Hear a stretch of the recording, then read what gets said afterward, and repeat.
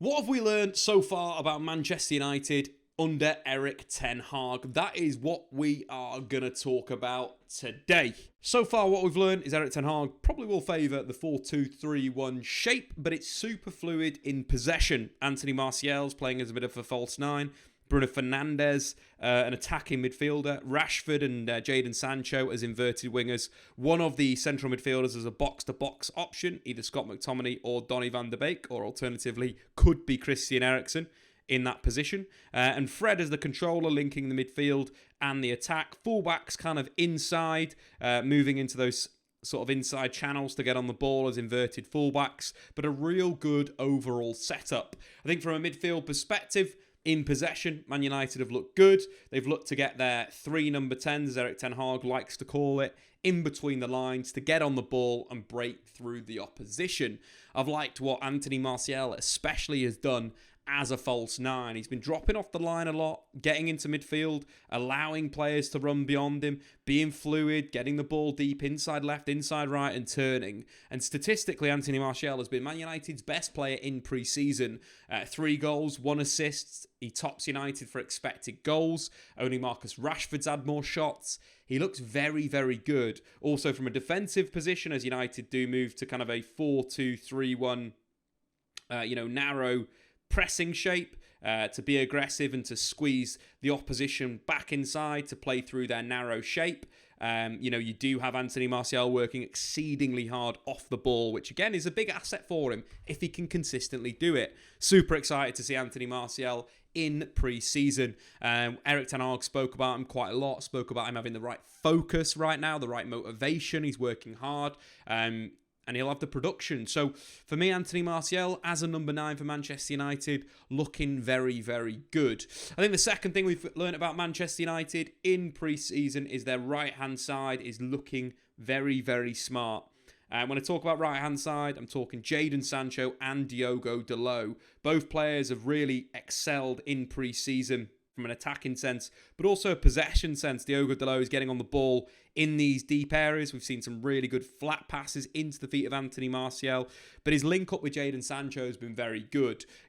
Ordinary, you'll see Dalot maybe on the inside channel, Sancho out wide, Sancho receiving wide, maybe looking for an underlap for Diogo Dalot. Or alternatively, we've seen Sancho inside, we've seen Dalot, operating in the wide area, we've seen Sancho drive and carry through that midfield area to link with the rest of the attackers, with Dalot providing that width. It's been very, very good. From a creative sense, Diogo Dalot has the second highest expected assists in the United squad, and Jadon Sancho has the top expected assists at 1.36. Also with Jadon Sancho, scored himself 3 goals, and Diogo Dalot grabbed himself an assist. He's had more crosses than any other Manchester United player in pre-season. Nice assist to Anthony Martial, an inverted cross from his weaker left foot, checking inside, which was decent. But again, looking good from those deep areas, putting the ball into the box. And from that standpoint, that's kind of, the really exciting part, that you've got 2 top quality players. Jadon Sancho's always at his best when he's got a fullback that can kind of join him either late, either early, to slide them through with through balls. Sancho is a player that is a combo player. Overlaps, underlaps are so perfect for someone like Jadon Sancho, and it's going to be big to see him. Most dribbles as well in pre-season. Tasty, tasty, tasty. I think next up, talking about United's left back, I think that's kind of the next thing we've learned in pre-season. Again, as we mentioned there, Diogo Dalot will operate kind of a little bit inside. In a possession perspective, similar with the left back. We've seen Luke Shaw and Malacia attack that inside channel. We've also seen Luke Shaw overlap Marcus Rashford for the goal against Aston Villa for Jadon Sancho at the back post. But I've been massively impressed with Malacia, and something that I think we've learned from Erik ten Hag's Reds, that I think Malacia will become a mainstay. The way that he moves into midfield to join the kind of diamond as Man United kind of build it in possession. We've seen this kind of really cool 3-diamond-3 shape emerge in pre-season, with Bruno operating behind Anthony Martial and 2 players in the inside channels, the fullback, the central midfielder, whichever player's in that zone, to overload the opposition. And I feel like Malacia is just better in that position. Number 1, I think he's better in terms of his decision making is quick. Gets the ball, moves the ball. Gets the ball, moves the ball. carries it, will cross it, will be aggressive. I think his underlaps have been very, very good as well, consistently moving in. I think positionally understands the game, and I've been very, very impressed with him in pre-season. I think Luke Shaw will start the season as Man United's fullback, but I think going forward, it could be Tyrell Malacia as that guy that's coming in. Moving on to kind of the next sort of thing about Manchester United, I think one of the things we've got to take this team with a pinch of salt. They've looked very, very good with positionally, how they've moved, how they have tacked. But there's still a little bit of a weak underbelly in a sense. Sometimes when United have lost the ball, we've seen teams in pre-season play through their kind of narrow 4-2-3-1 shape, get past that first sort of block of pressure, then break at United's back four. It happened especially with Aston Villa when Leon Bailey came onto the pitch. He was just direct at Luke Shaw. But one of the moments I thought was kind of really disappointing for Manchester United was Victor Lindelof. It was a transitional moment. Victor Lindelof went 1v1 with Leon Bailey at the edge of the box.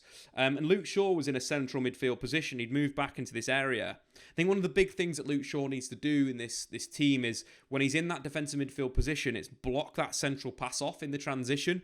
Stop a player like Leon Bailey getting onto that stronger left foot and shooting. Obviously, Bailey scored against Manchester United from one of those moments. And I'd like to see Luke Shaw block off that channel. And I think that's something that he needs to learn, or alternatively Malacia will take his position and then will be that aggressive guy that can stop back and drop.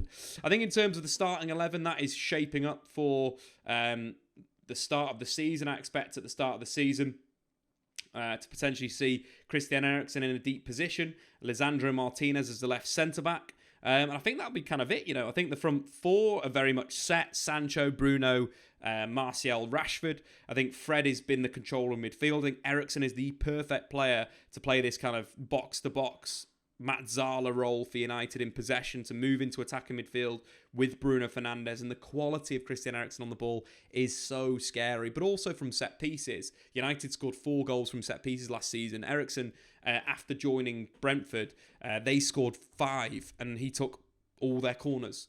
And that's a big, big part of his game, set pieces. So I'd absolutely love to see this team. It is absolute vibes FC. You've not got much solidity in the centre of the park, but United need to play football. I think that's something that we'll see going forward under Erik ten Hag. It's going to be an excited season, but there will be positives, there will be negatives.